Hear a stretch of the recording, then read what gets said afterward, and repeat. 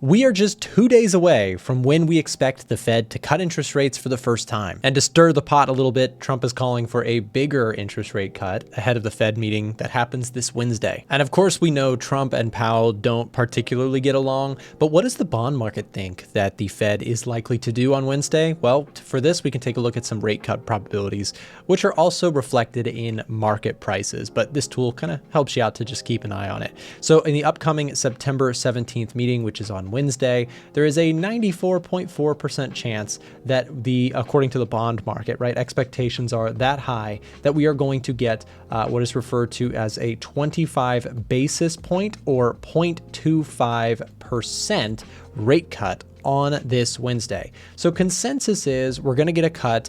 It's going to be a modest 1/4 point cut. However, there is a very slight possibility, I should say, that the Fed will cut by 50 basis points or 0.5% on the Fed's target rate. But arguably more interesting is what they'll likely do for the rest of this year. Take a look out to December of this year, which would be the last Fed meeting, and we get a really interesting picture. We can see that there is just a 1.1% chance that we will only get 1/4 point cut.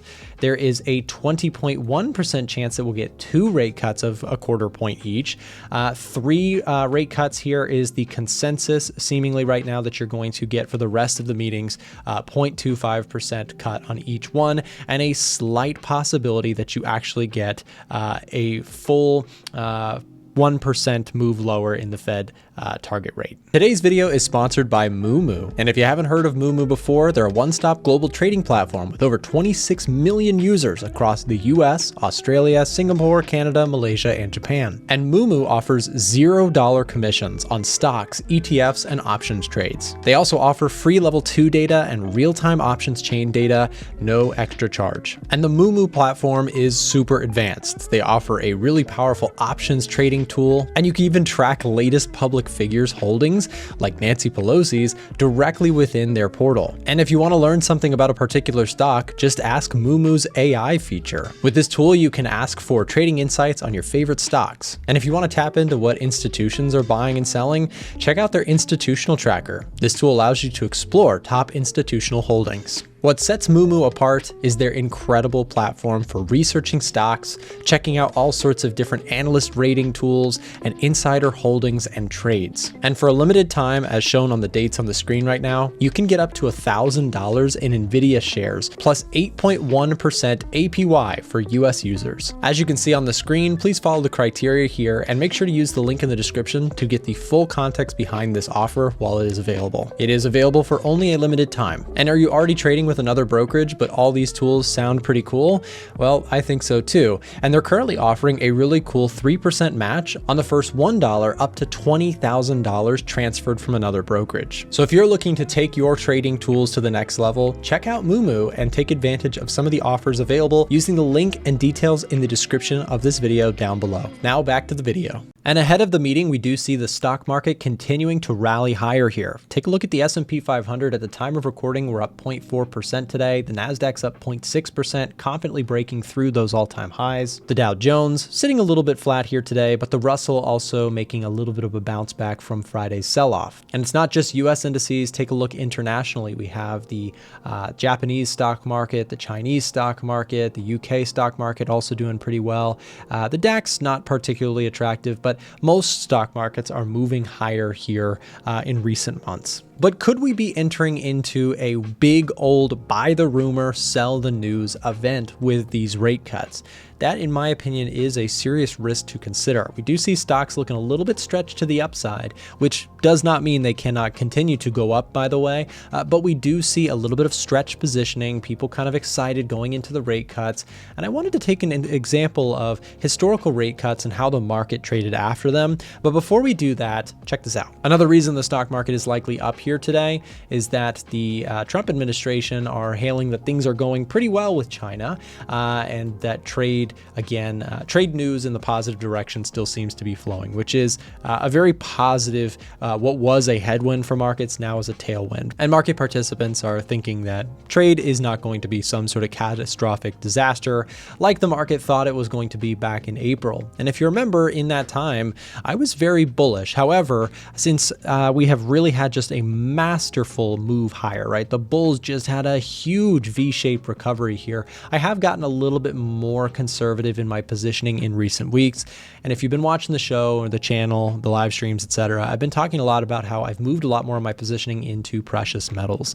It's not necessarily that I think that the stock market has to crash, but I think the risk to reward play is kind of gone. There was excellent risk to reward when we were breaking out and trending up, and the move has run.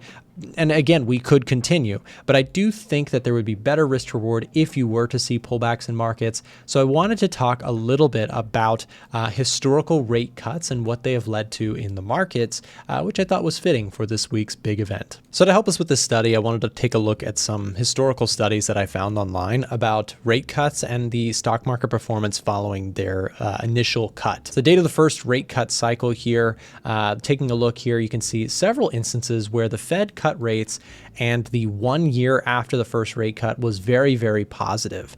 These are actually really good returns. However, there are some examples, of course, when the economy goes into significant recession. We would call this where the Fed is kind of behind the curve and we enter into a big recession with the rate cuts. The sell-offs can be very ugly. But when we look at this, the average gain in the first 12 months after a rate cut came in at around 15% in this study. The average annual gain of the stock market during the same period was only 11.3%. So we'd call that a pretty good forward return. Although this article from Forbes here that I'm reading has something interesting here. The last 3 rate cut episodes have been less fortunate for investors. In those cases, the cut was followed by an economic downturn. If the economy today really needs a stimulus, maybe it means there's trouble ahead. And I found this to be pretty fitting. About a year ago, we heard this quote, which is, "A half-point cut is a big cut. If there's not some kind of emergency happening in the economy or in the financial markets, the Fed really prefers to move in quarter-point increments," which is interesting because we actually did get last September, last year, 1 year ago, we got a 50-point rate cut right ahead of the elections, which many people sort of thumbed their nose to, if you will. But things actually ended up okay. We've had, again, another really great year of performance in the stock market. So I wouldn't draw the final conclusion that if the Fed cuts 50 basis points that the market's going to crash by any means.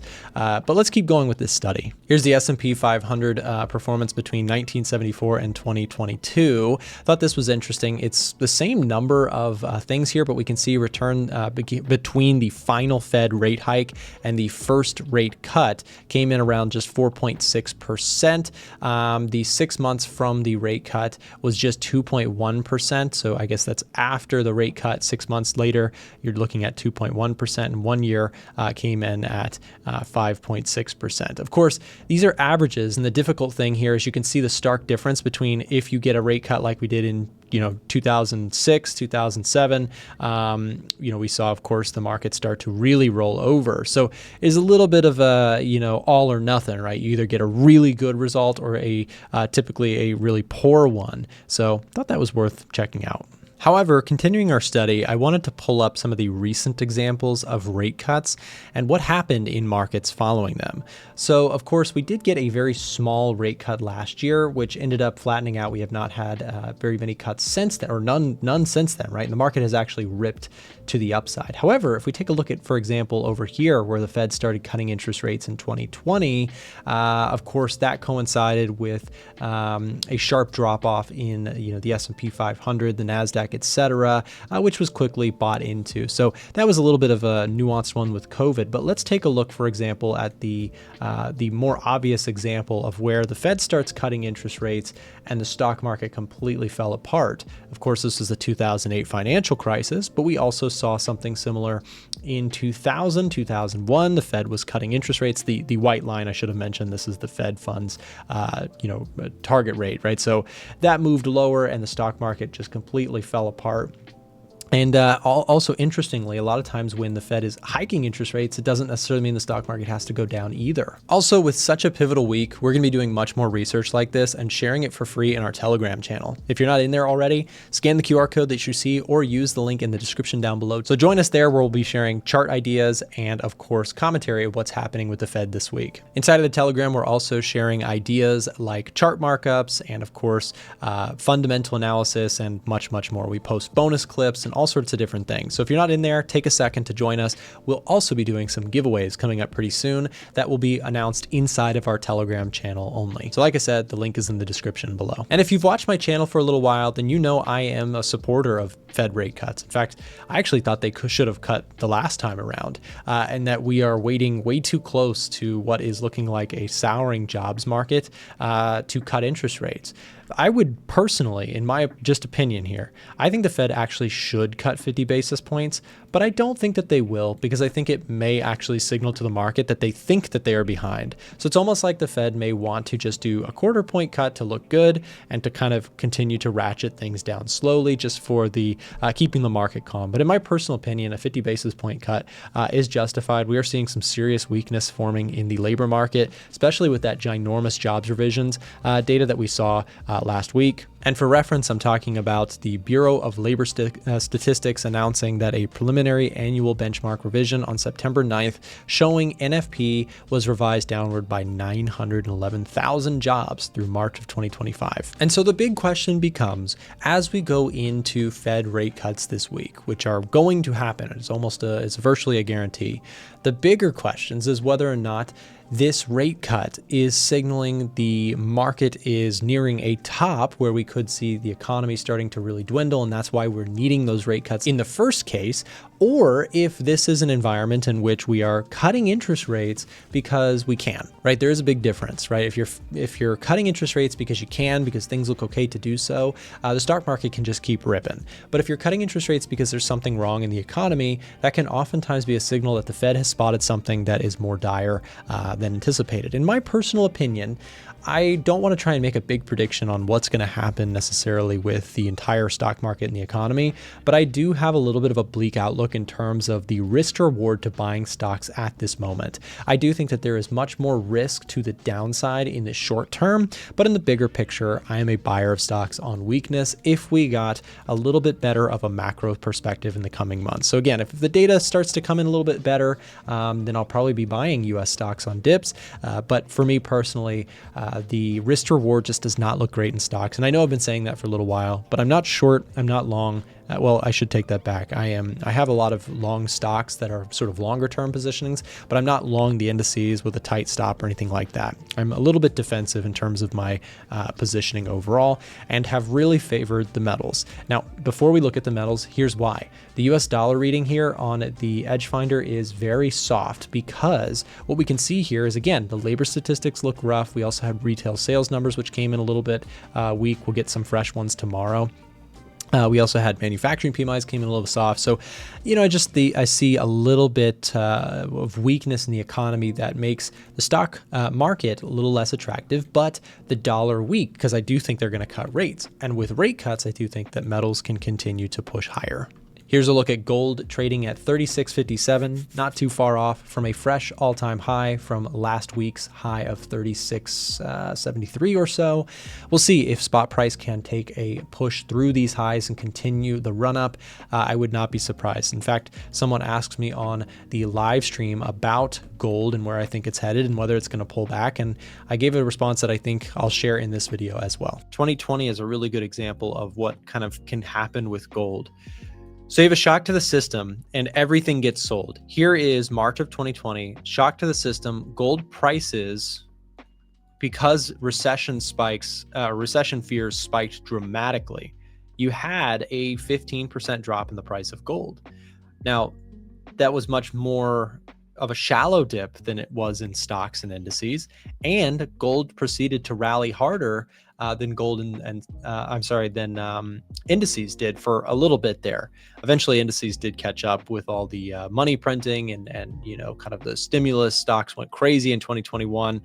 But what I think is important for us to remember is that typically, if you are getting some sort of significant sell across the board, gold and silver typically do also get sold too. So understand that gold and silver, in the event that you do get some sort of liquidation event, some significant selling, if you were to get that, it would likely also mean gold and silver move lower. But those dips, in my opinion, would be more attractive. Now, again, I'm not saying that I think, everything's going to tank tomorrow. I'm just saying that you have to understand that gold and silver are a store of wealth. Remember that if markets fall out of the skies, they got to grab their store of wealth and use it, right? So that means sell their wealth. So in 2008, for example, if we go longer term, right? 2008, you had a pretty substantial sell-off in the price of gold at the time. So you can see here's 2008, right? So, oh my gosh, the world's gonna fall apart. There was a 34% drop on gold, which is big. Gold doesn't move that much compared to stocks, I suppose, in percentage form, right? So to have a 34% drop in gold was pretty substantial. Now, from there, the market ripped and ripped and ripped. I would not be surprised if we see something similar in the gold and silver market. Not necessarily, again, I'm not saying this is happening this week or anything. I mean, you could get an event where the Fed cuts or sort of cuts interest rates. And it depends really what Powell says this week, really. But if you get some sort of market reaction where people are fearful, yes, gold and silver prices could drop. But my opinion would be those dips would be great dip buying opportunities. Not financial advice, that's what I'm thinking. So if I were to see gold prices make a move back down to this 34.25 level, or even the bottom end of this range, I mean, I think that the bigger picture, those would be buy the dip opportunities. From a trading perspective, I like the 38.2%, looking for a bounce there. If you were to get a pullback here, this would also be an area where I could look to get long around 34.25. But again, I know I'm talking a little historically on metals. I'm not looking to short them. I am still long SLV. I'm long silver. I don't have any gold positions, but would be potentially willing to pick up some gold positions if you saw a market pullback. I hope that video was helpful to you, and I also wanted to make sure to share our Telegram channel with you. Every day we are posting up chart markups and analysis and in-depth breakdowns of what's going on both fundamentally and technically in the markets. We also drop bonus videos in the Telegram channel, so don't miss out. Come join our Telegram channel. The link is in the description down below. Have a great rest of your day.